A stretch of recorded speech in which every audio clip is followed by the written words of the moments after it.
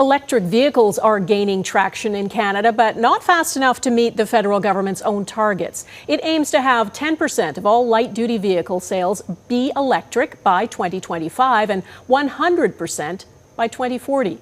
Through access to information requests, our chief political correspondent David Akin has obtained internal government polling that sheds some light on what's holding back Canadians from buying more electric vehicles. David? The federal government has had incentive programs to get Canadians into both electric and hybrid vehicles since Stephen Harper was Prime Minister. But so far, at least, those programs are not showing the success that everyone wants.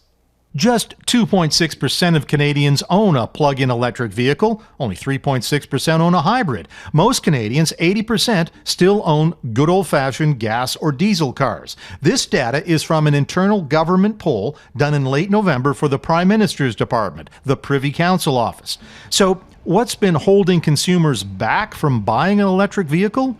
Answer: they're just too expensive. That was the number one reason cited by 43% of those surveyed by the PCO. Lack of infrastructure, charging stations and the like, was cited by 15%.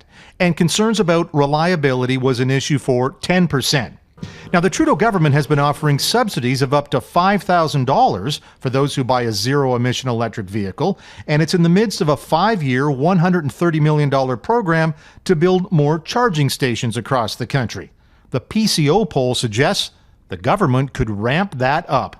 A majority of voters in every province, including Alberta, support the idea of federal cash being used to help get consumers into electric vehicles. Just over 71% nationally like the idea, including 54% of Albertans, while 78% of Quebecers and almost as many in Ontario and BC gave the idea a thumbs up. And so, with such strong support in the election battleground provinces of Ontario and Quebec and British Columbia, the PCO, and by extension, the Prime Minister's office, knows they've got a vote winner right here. And so, you should expect to see federal cash for electric vehicles front and center in this year's spring budget. Donna? Okay, David Akin in Ottawa, thank you.